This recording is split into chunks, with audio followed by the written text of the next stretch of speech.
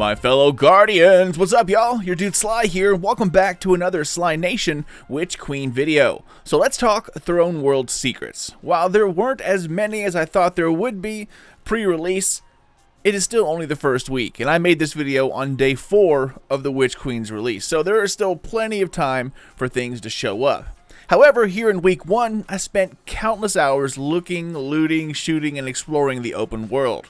So let's dive into all the secrets, secret chests, triumphs, and mysteries that I've come across so far. Starting with the most well-known, the Deep Sight Orbs. Now this is one ability that you get from the campaign, and there are 3 levels to Deep Sight.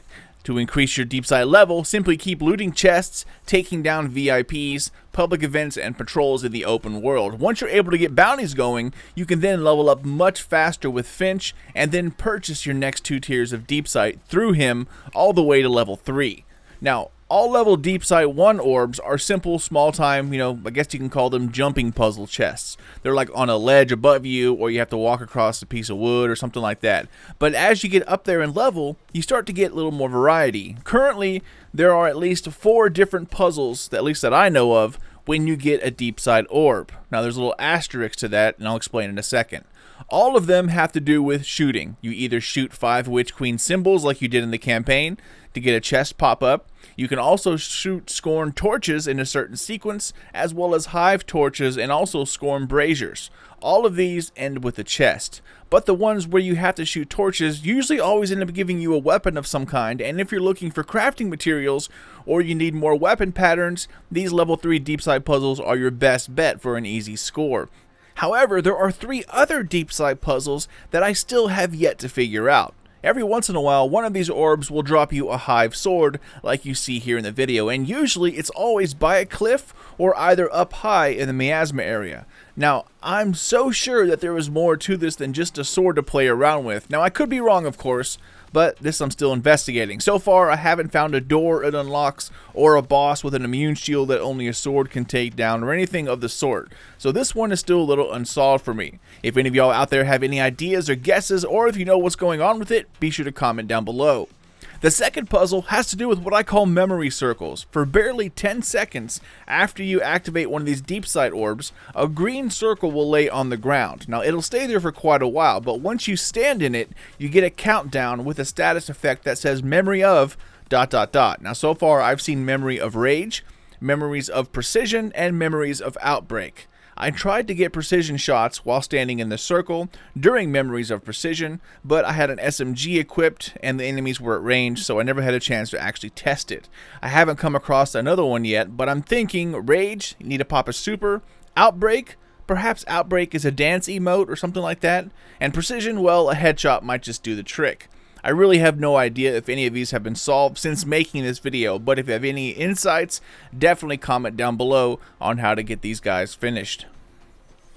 And finally, the last Deep Sight orb is something I really don't quite yet understand. Now, I think I was in a glitch because a chest appeared with a green barrier around it, and as I walked toward a plain old wall, I was then suddenly instantly teleported. I was able to grab a void orb while in the teleport, bring it back to the throne world, and then use it on the green barrier, which allowed me to grab the chest. Now I have a feeling that this is what those green circles do once you complete the puzzle, and I was just glitched at the time. No idea what's going on here. However, it was definitely pretty cool. Now, if you're looking to rank up Finch quickly, these Deep Sight orbs are definitely the way to go. Just do patrols and bounties while grabbing as many of these Deep Sight puzzles as you can for about 30 minutes, and you'll be surprised at how many levels you can climb in a short amount of time just by grabbing these chests. Alright y'all, so now let's talk about the final of the final Deep Sight orb, and that is moths. Now I have a guide up already if you wish to check it out here on my channel, but here in week 1, 2 specific areas will grant you a moth collectible as a reward. One of these comes through a Deep Sight orb found within the apothecary.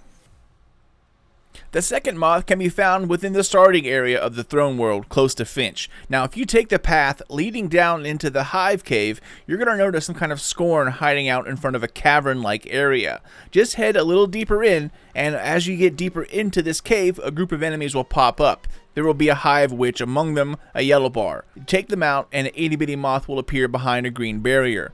Take these moths to the cave behind Finch, and then display them proudly. You'll see 2 pieces of paper on the ground that you can actually put the moths on. I'm sure more will pop up next week. Kind of like the penguins in Beyond Light, pretty sure these 2 will release in a weekly cadence. So keep an eye out for those, as they'll definitely be coming up next week. Now, as for next week, not sure what form they're going to take. Like I said, this week, one moth came via a deep side orb, the other came through defeating an enemy. Don't know if it'll be like that every week, or if maybe this is what that sword does at some point in time. No idea. But either way, keep an eye out for my videos and guides, and I'll help you get to them. Alright y'all, so next let's talk about these things here. Now at first, I thought they were wisps of light or something to do with the light that would pretty much stay unsolved until the next exotic quest dropped. Or at least until the raid, turned over a new exotic weapon or something like that. Well, turns out they are actually darkness rifts, and there's a triumph to close all 10 of them.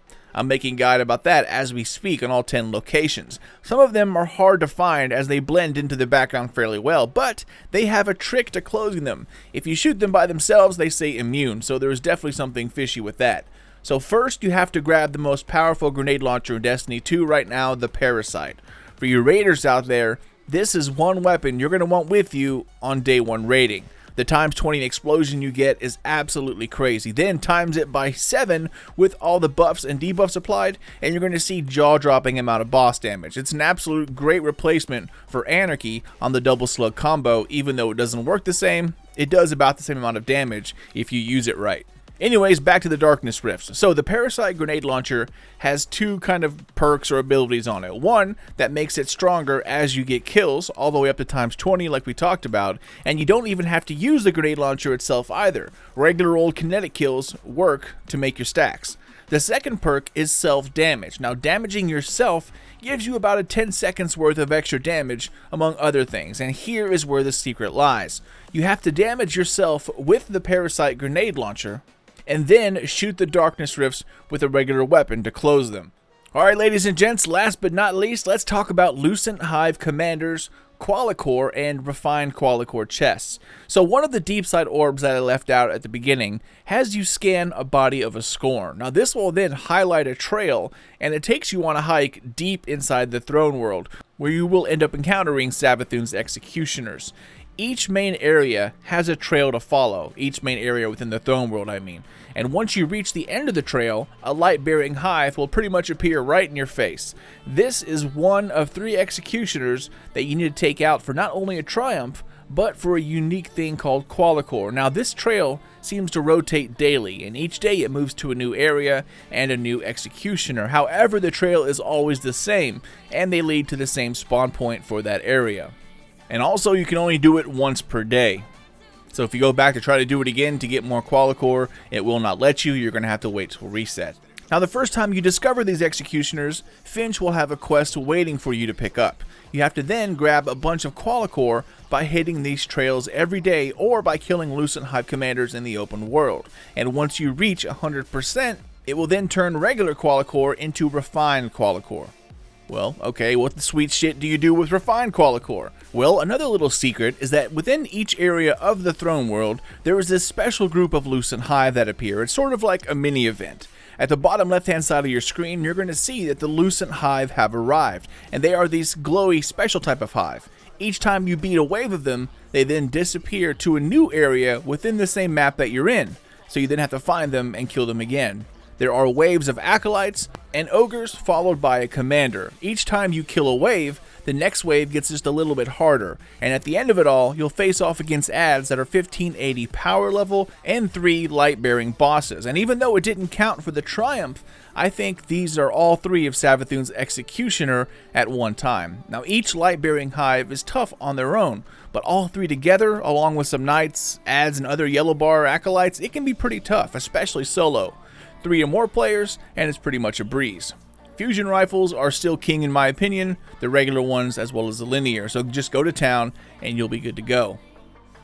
Anyways, the thing that makes this part hard to solo is that it is timed. Usually, by the time you get to the 3rd light-bearing hive, and you have them at like a quarter of health left, they then disappear. Or if you forget to grab their ghosts and they respawn, you end up running out of heavy, and stuff like that. So once you get closer to 1340-ish, they then become much easier. In any event, once you defeat the commanders and these 3 light-bearing hive, a secret chest will then spawn in somewhere around where the final fight was located.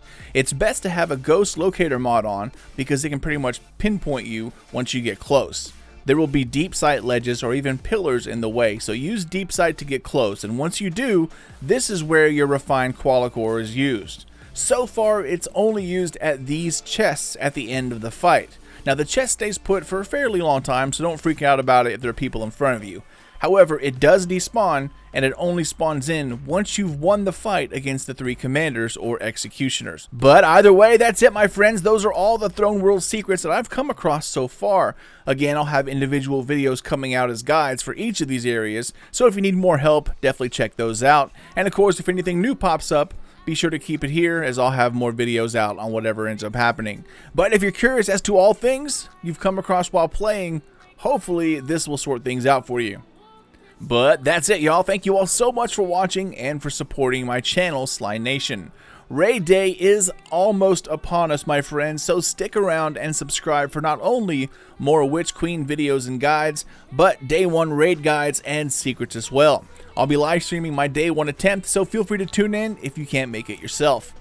Be sure to spank the thumbs up or down if you liked, loved, or hated this video, and if you wish to get in touch, feel free to hit me up anytime, SlyNationGaming67@gmail.com, or check me out over on the socials at Sly_Nation on Twitter, SlyNationGaming on good old Facebook.